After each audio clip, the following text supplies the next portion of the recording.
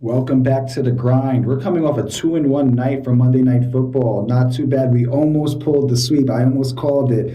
We needed 15 rushing attempts from Bajan, and he had 14. So we were very, very close to our very first sweep of the football season. But we did get two wins. Went 2-1. We had Saquon Barkley over 2.5 receptions. He finishes with 4, I believe. And then we had the under of 45.5 points. They finished with about 43. So we earned just under 1.7 units, which brings our total for 2 weeks of NFL football. We're at a total of plus 3.1 units. So not too bad. That's about a unit and a half per week, which will get you 24, 25 units for the season, which honestly is really good. But I believe we can do better. I think I still have some in the tank. I have not hit my stride. If I would have caught three in a row last night, Monday Night Football, I would have been talking a little bit differently today. I would have thought that we have caught our stride, and I would be very confident for the next coming days, even though I still am. So here we go. We got a Thursday Night Football matchup, and we have the Patriots coming to New York to take on the Jets. Divisional rivalry at its finest. Off the bat, I'm taking Drake Stevenson over 68.5 rushing yards. This is minus 114. Stevenson off to a great start this year, running the football, 120 rushing yards in week 1, 81 rushing yards in week 2. The Pats are very run heavy in those 2 games. 38 rushing attempts, just under 38 rushing attempts over those 2 weeks per game. This just so happens to be a very soft spot, probably the biggest soft spot in my opinion. The Jets defense is the inability to contain the run.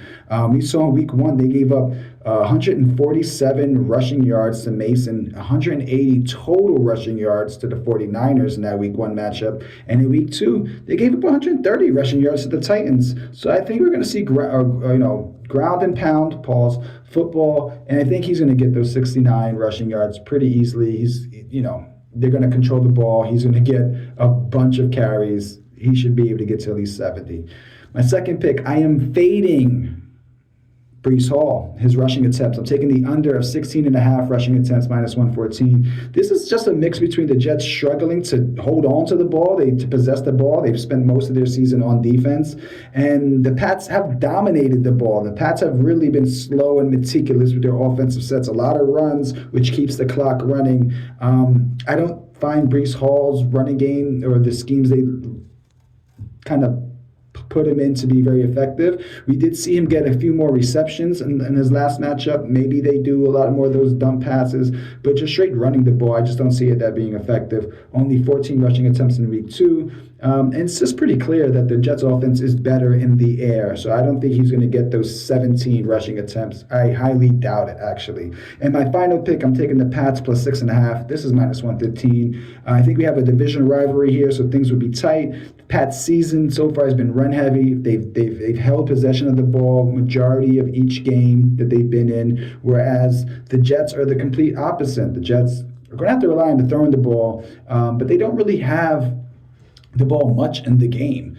So those are my 3 picks for today for Thursday Night Football. I feel great about it. At minimum, we're going 2-1, but I think the sweep is there. So if you parlay these 3 picks, you're plus 226. Wish it was more. Maybe throw an odds bonus on there, but make sure you subscribe. Check us out. There'll be plenty more bets to come. I just want to get my 3 solid picks out there. Then I'll dabble with the parlays. You'll see the parlays hit the Instagram and the Twitter at Moneyline Grind. But make sure you subscribe and let's get this free money.